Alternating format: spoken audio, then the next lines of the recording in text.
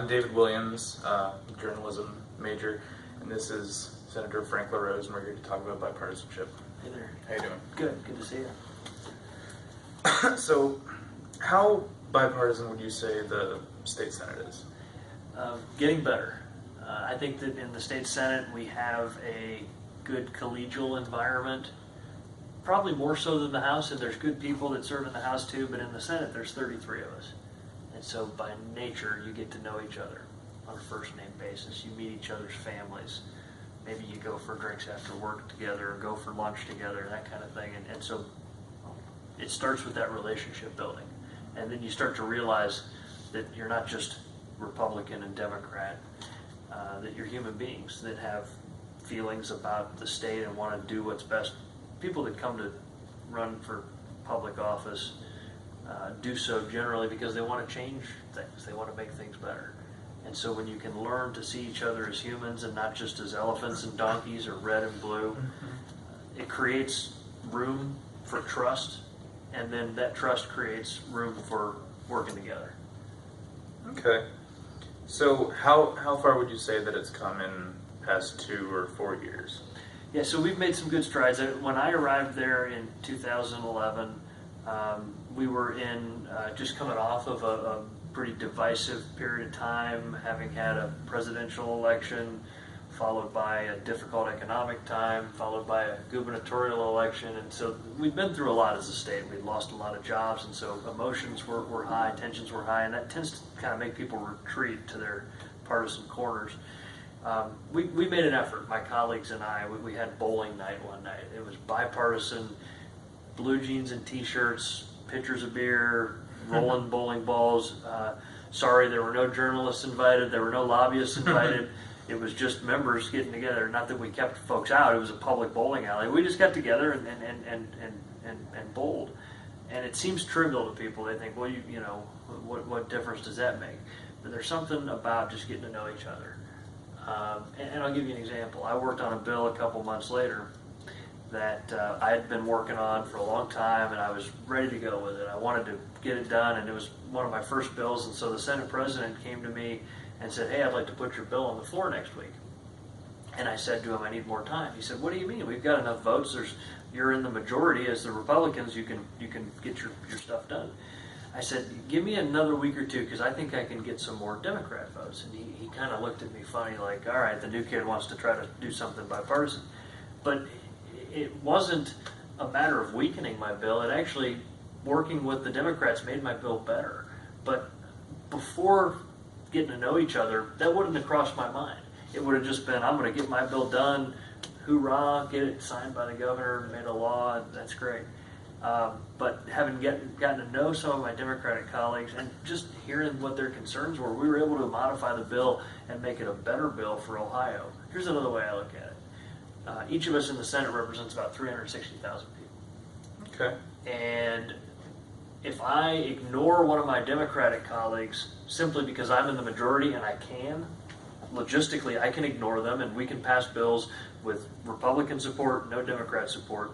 If I ignore them, I'm not just ignoring that one person, I'm ignoring the 360,000 Ohioans they represent. Because for those 360,000 Ohioans, that's the only senator they have. For the 360,000 that I represent, I'm the only senator that they have. And so if my voice is silenced in Columbus, then I'm not able to represent the people of Wayne County or Western Stark or the part of Summit that I represent. And so that's why, to me, it's not just good habit, it's necessary for a representative form of government to function, that people have to work together. When the politics is done after Election Day, it's time to govern, and that means that Republicans and Democrats have to work together. Okay.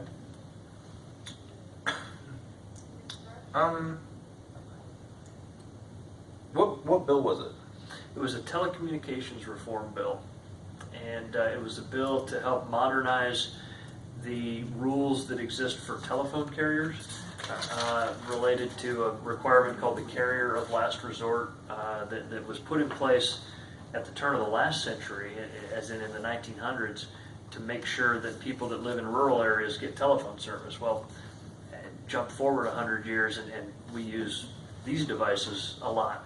not necessarily copper landlines, and so the rules that pertain to phone service had to change. And some of the concerns that the Democrats had in the minority pertain to some labor issues, some issues that pertain to the minority community for the African Americans and that kind of thing, and other minorities. And so by working with them to address their concerns, we made it a better bill. Didn't weaken it, but actually made it stronger. So it kind of like had some callbacks to the elastic clause, like as things evolve, so must the laws regarding them. That's we have a joke in Columbus that it's called the Ohio Revised Code because we're always revising it, and that's the truth. The law is never static. It's a living document. It's a living document, and it's ours. It belongs to us, and much of it was given to us by our forefathers, our predecessors. But our generation owns the law, and it's up to us to make it work for our generation. There was not only technological changes, but societal changes. That's why we're always working to make it better. If you look at what the law is, it's an interesting thing. It's the set of rules that we all agree to live by. And if you're going to be part of a modern society and live in society, then you sort of agree through this social contract to live by these rules, and we appoint people, we elect people to help us, change them over time. And it's been a really interesting thing to be a part of. It's not easy to change state law, but that's by design. It's not supposed to be easy. Sometimes people get frustrated with the process. You remember from class how a bill becomes a law. It's got to go through this chamber, all the committee process, and then it's got to go through the other chamber. And if there's differences, they got to work out the differences, and then it goes to the governor. And even if the governor signs it, it can still be thrown out by a court. There's a lot of ways that the thing can go awry. And so getting a bill from idea to law is a challenging thing, but it's supposed to be. It's supposed to be hard. It's not supposed to be easy to change the laws. Okay.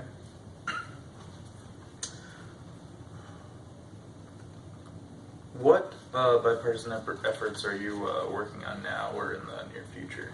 So there's a group that I'm a part of called the Next Generation Civility Initiative that we've been working with state legislators from across the country to do these workshops where members of legislative bodies can get together and sort of learn how to work together better, learn how to shed the partisan armor, if you will, and kind of function as colleagues and not as just right and left, red and blue. And so I've been trained to facilitate these workshops, so I've traveled to several different states and helped facilitate these workshops for other state legislators in other states. That's something I've been a big part of, and it comes down to the individuals too. I just always encourage my colleagues to get to know each other. It sounds trivial, but it starts with a relationship. It starts with getting to know each other, and particularly in the era of term limits, where we are, in Ohio, we have this 8-year term limit. So basically, you get to spend a very short period of time. It's made things transactional.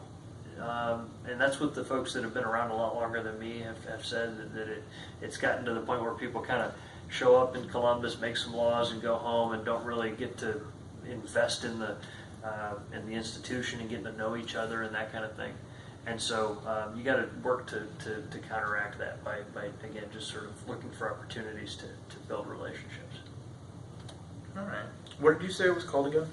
It's it's part of the National Institute for Civil Discourse, which is at the University of Arizona, and was founded after Representative Giffords in Arizona was shot. And it's co-chaired by former President Clinton and former President George H.W. Bush. And so they came together as the co-chairs to create this academic center for sort of studying civility and studying how to create more civil discourse so that we can disagree on ideas and still be friendly with each other. And so what has grown out of that is this project that we call the Next Generation Project, where we have funding from this organization at the University of Arizona to go around to different states and lead these workshops where we'll get members of I did one in Pennsylvania a couple months ago, or a year ago, where you had 25 members of the House and 25 members of the Senate, roughly split pretty evenly between Republicans and Democrats, and we start the morning with breakfast and we go through these different projects where you just big part of it is just getting to know each other. It's remarkable what a difference that can make. A lot of it's just recognizing that these people aren't just politicians; they're not just like constituents; they're people too. Well, they're our fellow Ohioans in our case. And again, all of us that serve in government, nobody runs for public office. Well, maybe a few. But most people don't run for public office just because they want to see their name on a yard sign. Most people don't do it for the paycheck, I hope, because there's a lot better ways to earn a living. It's just not a lucrative way to earn a living.